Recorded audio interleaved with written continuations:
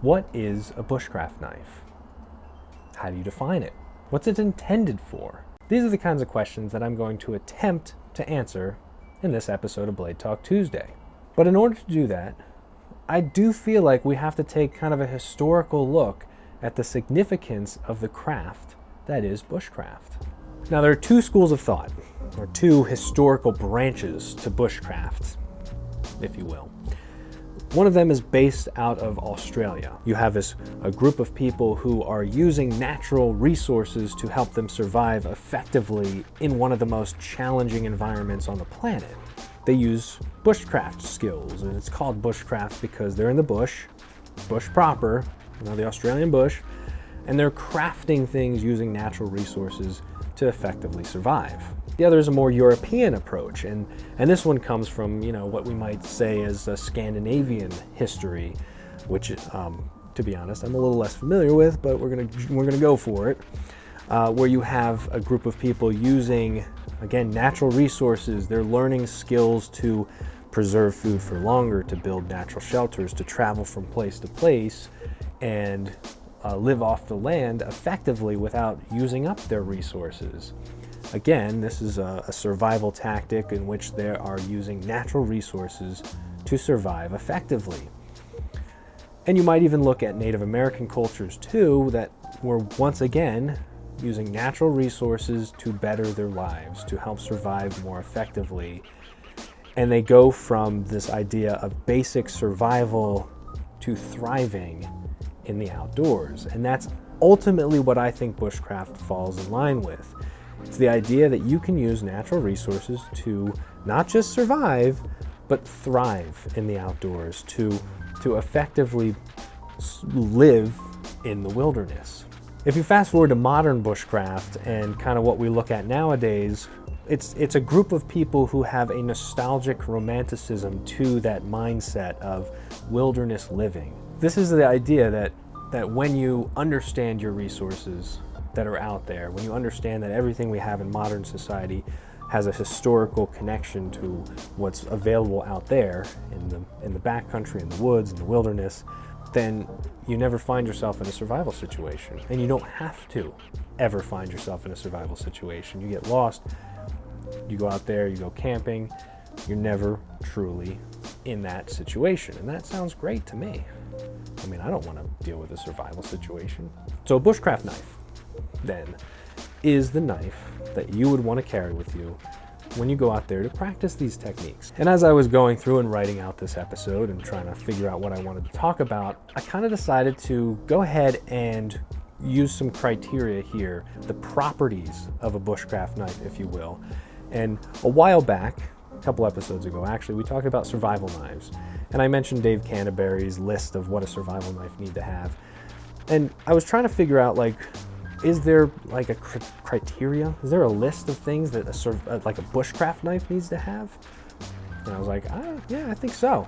And I'm going to write it. I'm going to figure it out. And that's what I've done. And now I'm going to share it with you so that you can effectively find your own personal best bushcraft knife, or whatever you want to call it. So in my opinion, according to my own experience and my own research, there are 3 things a bushcraft knife needs to have, and 5 things you might want to consider when looking at a bushcraft knife. 5 things that are your personal preference that should still be accounted for in a bushcraft knife.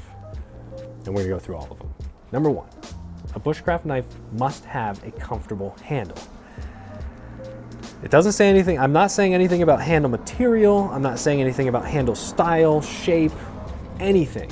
All I'm saying is that a bushcraft knife needs to have a comfortable handle for you as the user and as the person who's actually doing the bushcrafting. As an example, because I'm going to pull out some examples, this is my native survival knife. This is the NSK. It has one of the most comfortable handles that I've ever worked with. The material doesn't matter. For me personally though, it's the shape that makes it so dang comfortable. I can work with this knife for hours and it never bothers me. I've had knives where I could only work with them for like 5 minutes before I started to get uncomfortable. Having that comfortable handle, don't call me a sissy, but having that comfortable handle means I can effectively craft, I can effectively create things out there for longer periods of times without finding discomfort, without developing blisters or hot spots, or even just not being able to hold it because it's caused too many sores on your hand. So have a comfortable handle. Number one, must have one. Number two, a bushcraft knife needs to have a fine working tip. I'm talking about this portion of the knife right here. This has to be a very fine tip. And why? Because when you're bushcrafting, sometimes you have to do very detailed and small carving tasks. I'm talking about if you have to do notching, if you have to carve up a spoon, if you have to do a bow drill set, anything that you would need to create in the bush, you might need a very fine edge to get into there. Again, we're talking about crafting things. If you've ever carved a bow drill set, you know that having that fine tip means that you can get into those little notches that you need to gather up the dust very easily. And the third thing a bushcraft knife needs to have is a thin blade stock. Now what I mean here is this portion of the blade, this thickness right here, the stock basically, the steel, that has to be thin enough to work with. If it's too thick, it becomes very difficult to work with because you can't get a fine enough edge on it. If it's too narrow, it becomes too flexible, and then you risk breaking the blade under heavy tension. There's a sweet spot between 2mm and 5mm thick. I think that anything between those two works effectively as a bushcraft knife. My personal preference is somewhere between like 3mm and 3.5mm. Maybe down to 2.5mm. Now this knife right here, this is a Jack Lore, I think it's a classic. This has about a 4.5mm thick stock, maybe a little bit more. This is just fine. This is perfect. I think that this blade stock is better for more long-term bushcraft tasks.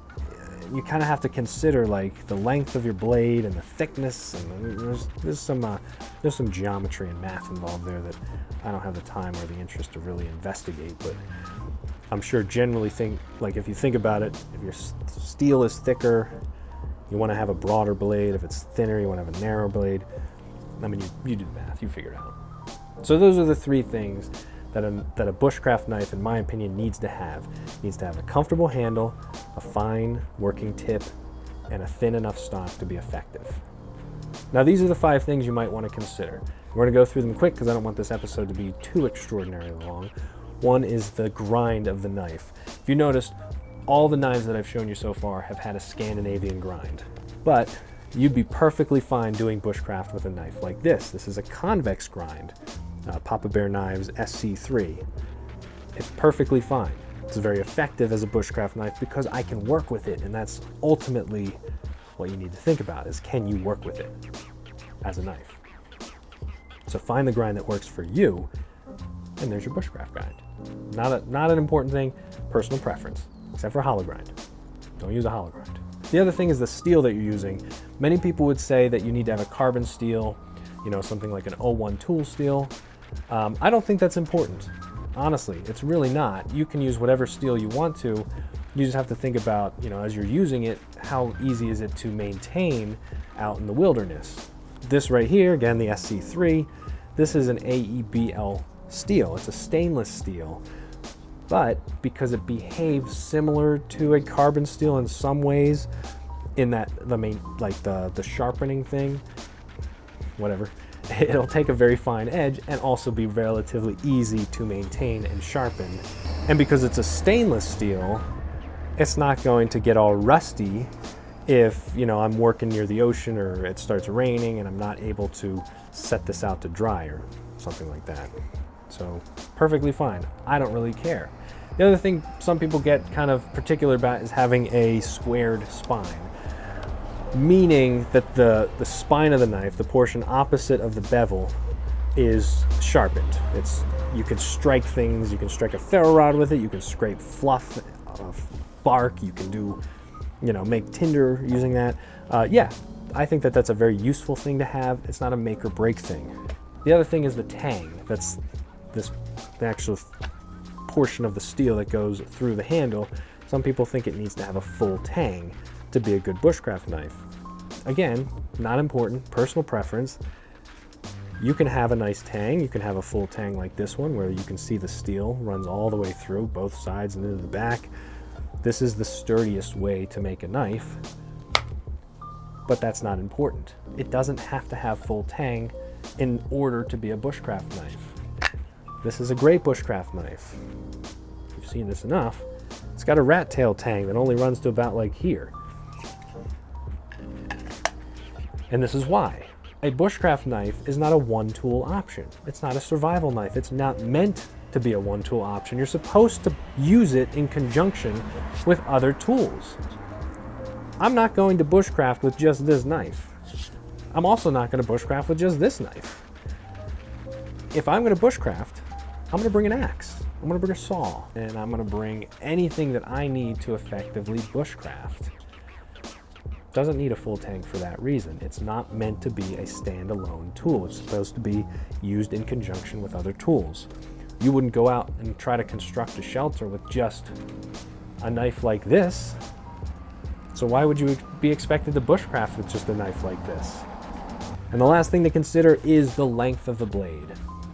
Now, for me, my area, what I do, anywhere between 3.5 and 4.5 inches is pretty perfect for me. Anything more and it becomes a little bit too long to do like really fine bushcrafting. Anything shorter and I don't feel like I have enough reach with it. This is about a 4.5 inch blade. This is about as long as I'll want to go. Anything longer for bushcraft, it becomes a little too cumbersome. It becomes difficult to work with, kind of unruly and unbalanced. I want it to be an extension of my hand. I want it to be an extension of my brain as I'm carving and as I'm working with it. And that happens between that sweet spot of 3.5 to 4.5 inches for me. And the reason this is not a tried and true must-have is because there are plenty of people all around the world who use machetes to bushcraft. Squeaky brakes. That's their skills, that's their use, that's their preference, not mine. But because that is tried and true in other cultures, you know, Asia, South America, even parts of Africa, people are using machetes to bushcraft. I'm not touching that. They prove themselves that that is a good bushcraft length knife for them. Not for me, but for them. It works out perfect. And now it's your turn.